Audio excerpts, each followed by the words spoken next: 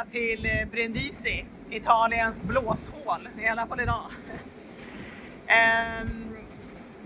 Vi har ju valt att ligga i den här vintermarinan. Det är ju jäkligt blåsigt och så idag, men det är i alla fall bättre än att ligga på svaj, tycker vi. Här kan vi känna att vi kan lämna båten och ta oss ut på lite äventyr och faktiskt till och med åka hem till Sverige. Båten ligger tryggt här. Vi har legat här nu i 5 månader och testat både vind från vänster, höger, rakt uppifrån, nerifrån, ja, nästan alltihop. Så att det känns tryggt med båten. Jag är inte orolig för båten, även fast det är väldigt blåsigt idag. Och så vi har testat förtöjningarna. Vi har känt att båten klarar det här. Sen är frågan om vi klarar det. Första gången vi fick sån här storm från söder så blev både jag och Niklas sjösjuka. Nu hoppas vi att vi har lärt oss ett och annat och kanske hanterar det lite bättre. Men helt klart så känner vi av det när det gungar så här. När vinden kommer ifrån söder som den gör idag så är det varma härliga vindar. Men däremot finns det ingen vågbrytare här så det hinner bli en hel del sjö. Ibland kommer vinden från norr. Här har vi en vågbrytare och det blir inte alls lika guppigt i marinan, men det kommer ju väldigt kalla vindar när det är nordlig vind istället. Så att det är, man kan inte få allt. Sen finns det ju också då dagar när det är vindstilla och de dagarna, de njuter vi av. Då äger vi bryggan här, pontonen. Vi lägger ut mattor, vi har skola, vi ligger och solar, vi breddar ut oss. Och det kan vi göra för det är inte så många här. Men då njuter vi från tidig morgon till sen kväll. Vi är ute hela dagarna. Det är 7 och det är ljust, det är soligt, det är varmt. Och så här är det väl kanske 3 dagar i veckan i alla fall. Så att de tillfällena, då njuter vi. Sen så successivt så kommer de här vindarna tillbaks, men då har vi boostat upp oss med energi och laddat för det. Så att, ja, för att summera det så har det gått ganska bra ändå. Så, hur överlever vi livet ombord på en segelbåt mitt i vintern i Italien? Det krävs ju en del tekniska prylar, så jag tänkte vi skulle introducera några nya familjemedlemmar åt er. Här har vi Mr. Luftavfuktare. Den här pjäsen, den går 24/7. Den kör vi dygnet runt och vi brukar hälla av ungefär 4 liter vatten per dygn. Och det är den som, kan man säga, möjliggör att vi kan leva ombord här, annars så skulle det bli ett mögelinferno. Så när vi kör den här så ligger vi på ungefär 50-60% i relativ luftfuktighet. Och det är helt okej, men börjar man hamna högre än så blir det problem. Det här är vårt andra nytillskott då. En värmefläkt som vi brukar köra på 750 watt. Den går också dygnet runt och gör livet ombord här drägligt. När vi kör värmefläktarna här och luftavfuktaren så hamnar vi på en grundnivå på strax under 1500 watt. Så om man då bara har 16 ampere säkring i båten som vi råkar ha, så måste man tänka efter lite noggrant när man ska använda annan utrustning. Vi har ju en induktionskokplatta här som kan dra upp till 2 kW, så där får vi tänka efter lite grann innan vi kör den. Sen har vi ju förstås även en mikro och en diskmaskin som också är lite effekthungriga. Och så har vi en varmvattenberedare som vi väljer att köra på fjärrkontroll innan vi går och sover, när inte något annat rullar. Så vi får tänka lite grann på vår strömförbrukning, men summa summarum så går det ganska bra om man planerar. I våran båt, som är ganska öppen i planlösningen, så räcker det egentligen ganska långt med en luftavfuktare och en värmefläkt.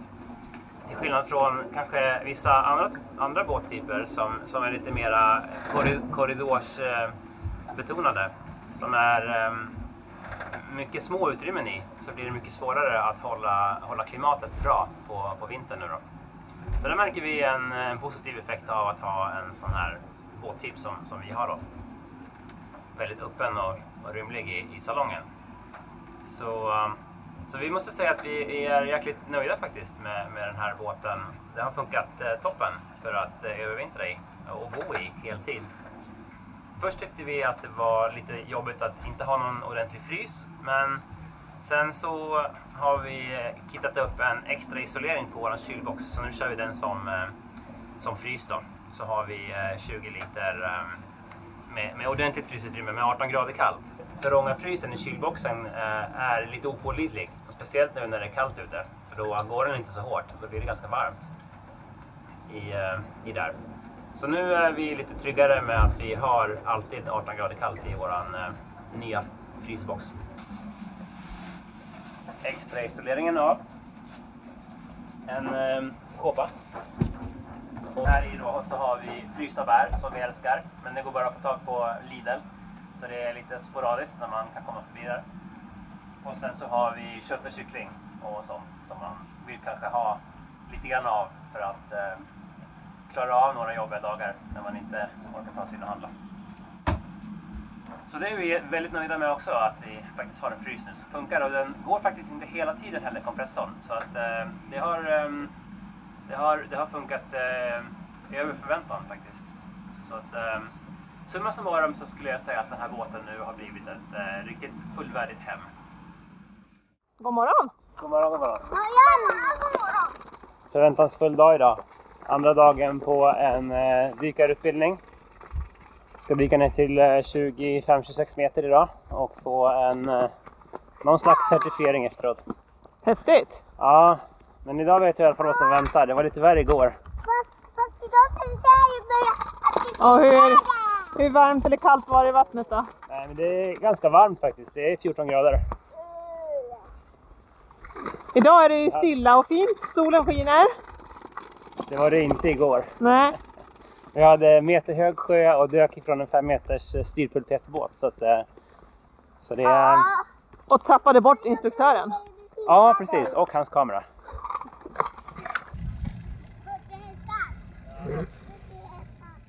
Hej då! Lycka till!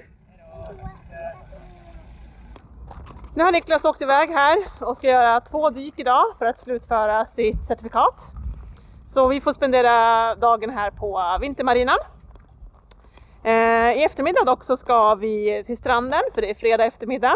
Då brukar vi träffa 2 andra barnfamiljer här på stranden och leka. Fredag eftermiddag! Woho! Så det har varit jättekul. Vi har gjort massa roliga saker tillsammans med dem. Så lite rutiner har vi fått och barnen har fått kompisar. Så det är väl den positiva sidan med att det har varit ganska dött här. Det finns ju negativa sidor med det också. Det har varit ensamt, inte jättesocialt. Och långt att ta sig bara för att köpa en kopp kaffe eller äta en bulle eller gå ut på restaurang. Närmsta by är Casale och det är 3 kilometer bort. Så dit har vi gått för att handla lite mat och så. Men vill man äta på restaurang så är det 8 kilometer och ungefär åt samma håll in till Brindisi. Så att det är inte så lätt att vara lite spontan och bara gå och sätta sig och gå ut och äta eller så. Det krävs lite planering. Dock har det varit bra förbindelse så att bussarna går här 1 gång i halvtimmen in till Brindisi. Här brukar vi hänga. Barnen sparkcyklar lite och leker. En ganska härlig plats här. Det finns en restaurang här, men den har varit stängd under vintern. Så marinan har ett kontor här också. Det har varit bra för vi har skickat ganska mycket paket. Vi har sysselsatt oss den här vintern med att tänka mycket på säkerhet. Så vi har beställt lite mobbettor, PLBR och nya flytvästar till barnen och en grabbag och gjort ordning väldigt mycket så att vi är redo för kommande seglingsäventyr. Och ibland är det ju så här. Strålande sol och vackert väder. Ibland har det också varit väldigt, väldigt blåsigt och kallt. Vi kom hit i november. Då var det höst, men sen var det ganska snabbt kallt. Och vi hade då inte något jättemycket värmare på båten. Vi hade en luftavfuktare, den har hjälpt oss väldigt mycket. Men vi åkte hem till Sverige över jul och då köpte vi på oss flera värmare för att det har varit riktigt, riktigt kallt på båten. Jag minns att jag kröp ner, värmde vetesäcken i mikron, kröp ner under täcket med mitt ullunderställ. Och klockan var 6 på kvällen och kände bara nej, nu får jag gå och sova för nu fryser jag så mycket så att jag vet inte vad jag ska ta vägen. Så kallt har det varit. Vi har vaknat på morgonen och det är 14 grader, också ganska kallt. Nu har det blivit bättre, nu är det mars och sommaren börjar komma. Vi har badat. Så stranden är ju nära, vilket är mysigt. Så där har vi hängt en hel del. Badat och barnen har byggt en flotte av gammalt skräp på stranden. Det kommer upp en hel del skräp härifrån Albanien och Grekland hållet. Tyvärr är det ju så. Men vi har också samlat skräp och försökt hålla lite rent på den stranden som vi är på, för vi vill ju ha fint där. Nästa anhalt här, vi håller på att göra redo båten för att vi ska segla snart igen. Så att vi ska till Sicilien över påsk. Vi ska spendera lite tid med min familj som kommer hälsa på från Sverige. Och det är 2 dygn ungefär att segla till Sicilien härifrån. Så det ser vi fram emot att komma ut igen på lite äventyr. Det har varit lite stilla här. På ett sätt skönt att vi ligger fast och har tagit det lugnt och haft tid för annat. Men det ska också bli kul att komma iväg på lite äventyr igen. Den här vintermarinan i Brindisi kostar ungefär 3100 euro för oss att ligga i 5 månader. Tycker jag är helt överkomligt. Vi kollade runt lite på priser och det verkar inte vara som att det här sticker ut, utan det är ungefär så det kostar här i Italien och även i Grekland när vi kollade priserna där. I det priset så ingår parkeringsplats, det finns en stor parkering här, och el och vatten. Så att det kan också vara bra att kika. Det är inte alltid det ingår el och vatten, det är lite olika hur kontrakten ser ut. Men det har varit bra att det har ingått en parkeringsplats den här inom inhägnat område, för vi har en flygplats lite längre bort här och vi har hyrt bil där. På flygplatsen i lågsäsong så har det gått att hyra bil ganska billigt, 700 kronor för 3 dygn. Så vi har passat på och gjort det 2 gånger har vi hyrt bil och åkt runt till lite olika sevärdigheter här i södra Italien. Det finns flera världsarvslistade ställen att åka till. Och bara åka till en vacker vingård, äta god mat och dricka lite gott vin har vi också gjort. Barnen har fått se sig omkring lite. Och vi har också åkt iväg med bilen med en annan båtfamilj som var här. Så det var jätteroligt att ha lite lekkamrater. Som sagt så är det bra att komma ifrån båten. Få lite semester från båten ibland när det är kallt, rått, regnigt kanske och blåsigt. Det är inte då båtlivet visar upp sin vackraste sida.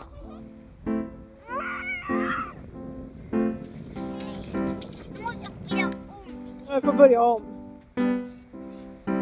How's it going, Nils?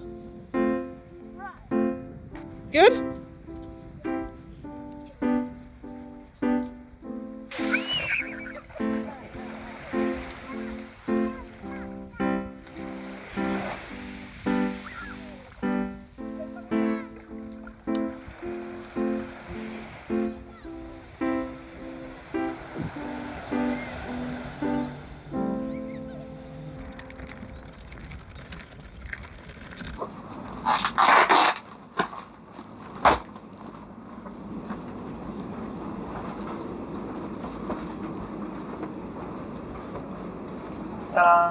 Flagga av. Och sen själva grejen. En hookadykutrustning är det. Med en lång slang som man kan dyka upp till 12 meters djup med. Den här grejen lägger man ner i vattnet då. Tillsammans med den här långa slangen. Och sen så flyter den här kompressorenheten då, och, som är batteridriven. Och sen så förser den mig då med luft som är under vattnet och ska kanske jobba med båten eller någonting då. Så är tanken i alla fall. Så ska man få ungefär 1 timme under vattnet då, enligt reklambroschyren i alla fall. Det är rätt viktigt att vi kan komma ner under båten och inspektera och reparera saker som händer och tvätta av botten, roder, kölpropeller och sådana saker. Och dessutom så har vi ju kanske lite svårt att veta att vi alltid är någonstans där vi kan få en dykartank påfylld. Så därav fullvalet på den här utrustningen då, som vi nu har köpt. Så den är kanske inte det mest smidiga alla gånger, men vi tror att det är den bästa allround-lösningen i alla fall då. Kittad och klar? Kittad och klar. Jag har ju glömt det viktigaste. Så att du åker ner? Ja. Det är sånt här vatten som man helst inte vill bada i. Men... marina vatten? Ja. Det kommer inte in så förskräckligt mycket vatten ändå i våtdräkten, så det är ingen jättefara. Man får spola av sig bara. Ja, då provar vi då. Ska vi se om vi sjunker eller flyter.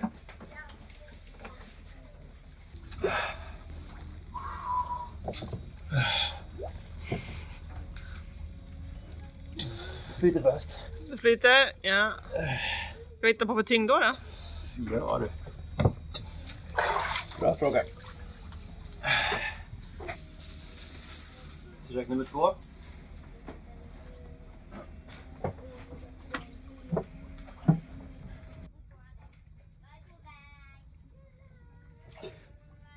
Är det för lätt eller? Vad säger du? Är det fortfarande för lätt? Ja, frågan om. Ja. Men vi kör nog på prova först. Ja. Vad som gör så att det kommer bubblor. Ja, det är pappas luft som gör att det kommer bubblor. Känns det konstigt? Ja. Pappa skvätt liksom på hela bilen att det kommer bubblor. Ja.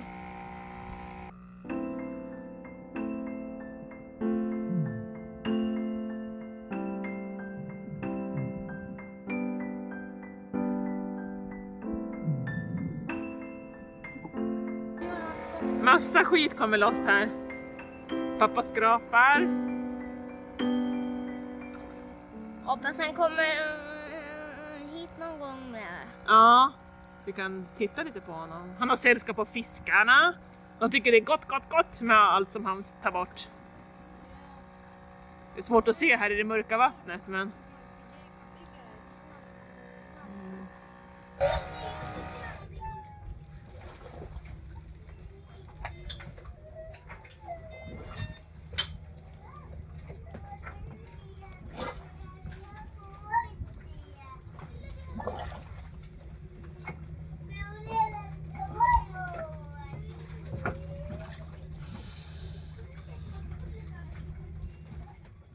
Bra jobbat!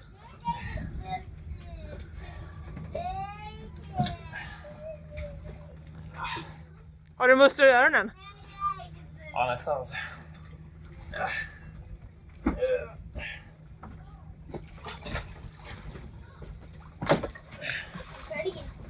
Ja, nu är pappa färdig. Jag ska försöka fånga. Luften tar slut. Ja, snart så. Jag var nere i nästan en timme. Ja. Det behövs, men jag är nästan klar också. Du är det? Ja. Snyggt. Det var hjälpligt.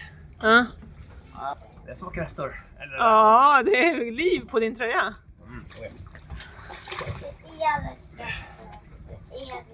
Såg du något spännande då?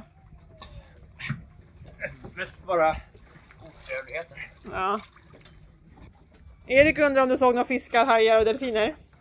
Ja, jag såg 2 delfiner och en haj, men fiskar. Eller var det tvärtom? Såg du såna pytte små barnfiskar och stora hajar och små pytte och vuxna delfiner. Jag såg inga vuxna delfiner. Varför? Jag vet inte varför. Jättebra fråga.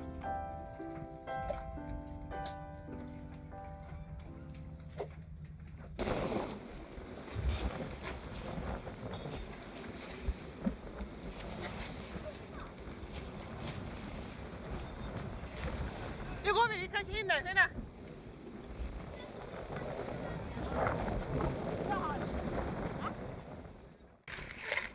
Är det blåsigt? Ja. Aha. Vi kom ju knappt av båten. Nej, exakt. Då är det blåsigt.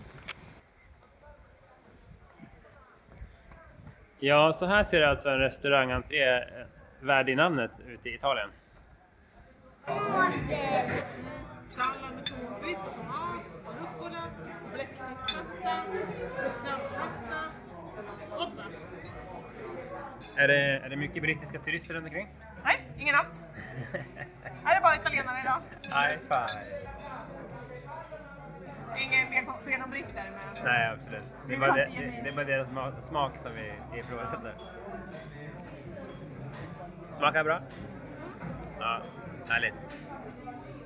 Det ska vara kladdigt. Ja, det ska det. Mycket sås. Mycket buljong. Annars är det inte gott. Nej.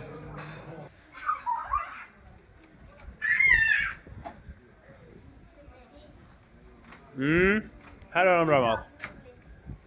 Är ni nöjda och mätta? Ja.